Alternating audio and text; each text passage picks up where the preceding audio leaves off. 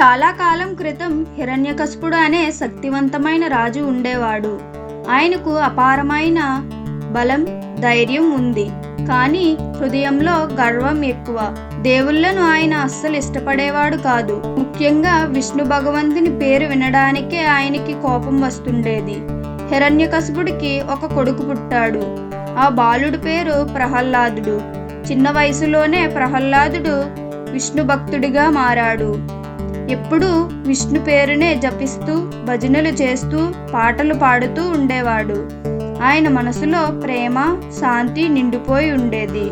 ఒకరోజు హిరణ్యకశిపుడు కోపంగా ప్రహ్లాదుడిని పిలిచాడు. ప్రహ్లాద, నేను నీ తండ్రిని, నా మాట వినాలి, విష్ణు పేరు మరచిపో అని గట్టిగా అన్నాడు. కానీ ప్రహ్లాదుడు ప్రశాంతంగా, నాన్న, విష్ణు అంటే ప్రేమ, శాంతి, ఆయన ఎప్పుడూ మనతోనే ఉంటారు అని సమాధానమిచ్చాడు. తన మాట వినకపోవడంతో హిరణ్యకశిపుడు ప్రహ్లాదుడిని భయపెట్టాలని నిర్ణయించాడు. పాముల మధ్య కూర్చోబెట్టాడు. కానీ పాములు అతనికి ఏ హాని చేయలేదు. సైనికులు రాళ్లు విసరగా అవి మల్లెపూలుగా మారిపోయాయి. అలా ఎన్నో కష్టాలు పెట్టారు. ప్రహ్లాదుడు భక్తి ఏమాత్రం తగ్గలేదు. హిరణ్యకశిపుడు తన సోదరి హోలికను తన రాజ్యానికి రమ్మని పిలిచాడు. ఆమెకు ఒక వరం ఉంది. అదేమిటంటే అగ్ని ఆమెను కాల్చలేకపోతుంది. ప్రహ్లాదుడిని అగ్నిలో పెట్టి నాశనం చేయి అని హిరణ్యకశిపుడు ఆజ్ఞాపించాడు. కానీ విష్ణు కృపతో ప్రహ్లాదుడు సురక్షితంగా బయటపడ్డాడు. హోలిక మాత్రం నశించింది. చివరికి హిరణ్యకశిపుడు ప్రహ్లాదుడిని ఇలా అడిగాడు, నీ విష్ణు ఎక్కడున్నాడు?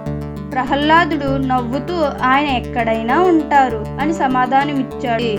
ఆ క్షణంలో పిడుగు శబ్దం వినిపించింది.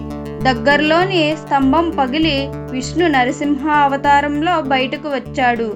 సింహం తల, మనిషి శరీరం ఉన్న ఆ భయంకరమైన రూపంలో విష్ణు హిరణ్యకశిపుని సంహరించాడు. తరువాత ప్రహ్లాదుడు విష్ణు పాదాల వద్ద నమస్కరించి భక్తితో పూజ చేశాడు. ఆ రోజు నుంచి రాజ్యంలో శాంతి నెలకొంది. ఈ కథలో నీతేమిటంటే, ప్రేమతో, నమ్మకంతో చేసే భక్తిని ఎవరూ ఆపలేరు. భక్తి, మంచితనం ఎప్పటికీ గెలుస్తాయి. ఇలాంటి మరిన్ని కథల కోసం please like, share and subscribe కుట్టి టాక్స్.